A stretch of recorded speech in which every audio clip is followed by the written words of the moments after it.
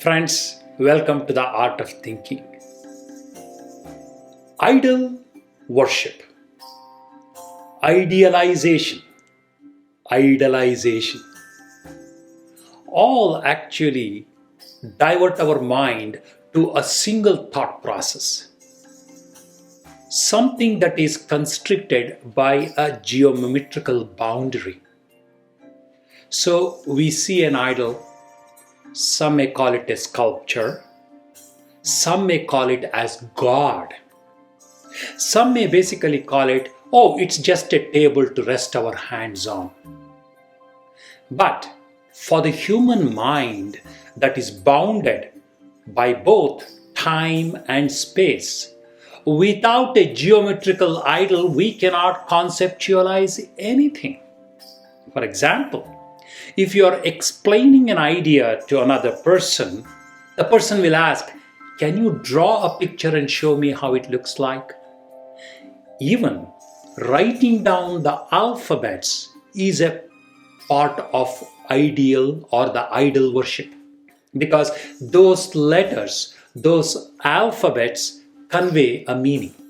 So does everything that we actually see in this entire universe. Some people basically worship God. There is nothing wrong in it. But you cannot worship an entity that you do not know about. So what did the humans do? They created an entity as a mirror image of themselves and called it God. So it's basically a methodology to see the divinity in the humanity of which you are a part. Nothing wrong in it. But majority of the people mistake that we or anybody who is a theist is worshipping the idol.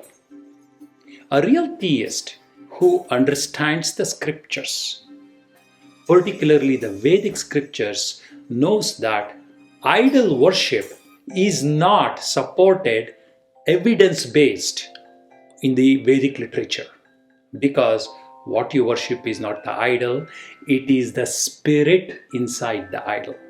That whole concept of spirituality comes there. Now, forget about God. Let's look at a beautiful sculpture.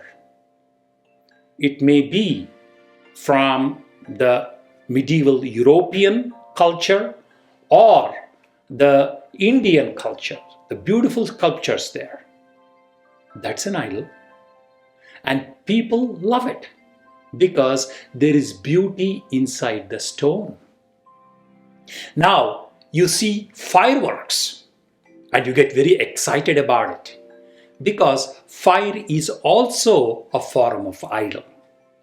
So there is beauty inside the idol that is represented by fire. Now, you basically see different types of balloons that are filled with hydrogen and that take off. We actually ride hot air balloons. That is an idol created by air. And of course, when you look at the vast sky, that is an idol consisting of open space. So all the 5 basic elements are used to idolize something that we can conceptualize about. So idol worship is really not just the gross body that we actually see, whether it is made up of earth or water or fire or air or any of the basic elements. It is the formation of an entity that we can identify with. You can call it a beautiful sculpture, you can call it a wonderful painting, you could call it a beautiful writing, a poem, a prose. They are all idols. And those idols match to some of the ideals that we have in our mind. Hence comes that happiness when we actually see it. And that's exactly what the Vedic rishis and the Vedic scientists put in front of us, that this entire universe is full of idols. The heavenly objects are all idols. And we basically idealize them in order to create a meaning that we can form a relationship with. Some that we can get our hands on, we call it a painting, a sculpture, or a writing. But some that we cannot get our hands on but can only see, experience, and really love, we again call them heavenly objects, divine talent. So the entire process of the conceptualization of an idol is a means for the human mind to reflect his or her own thought process, provides that boundary. A mathematical equation is also an idol. It is an idol that represents a phenomenon. And if you apply this to the modern science, like physics, if you look at how do you define force? Well, you could actually explain what force is. But if you write it in the form of an equation, then you have a symbol, an idol, from which you can read, understand, and retain the concept behind it. For the child, the parents are the idols. For the parents, the child is the idol. But what really is the idol is not this gross body that goes away. It is the spirit inside. And that is the thought process that was promoted by the Vedic rishis. Hence, the whole concept of idol worship took on a very deep meaning and negated the wrong notion that it is just the gross structure made up of mud or wood or basic metals that actually represented something that was very beautiful or divine.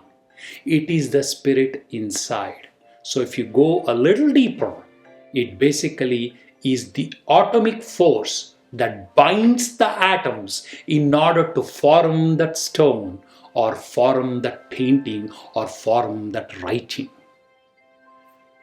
Somebody asked a famous sculptor, "Wow, what a beautiful idol you have etched."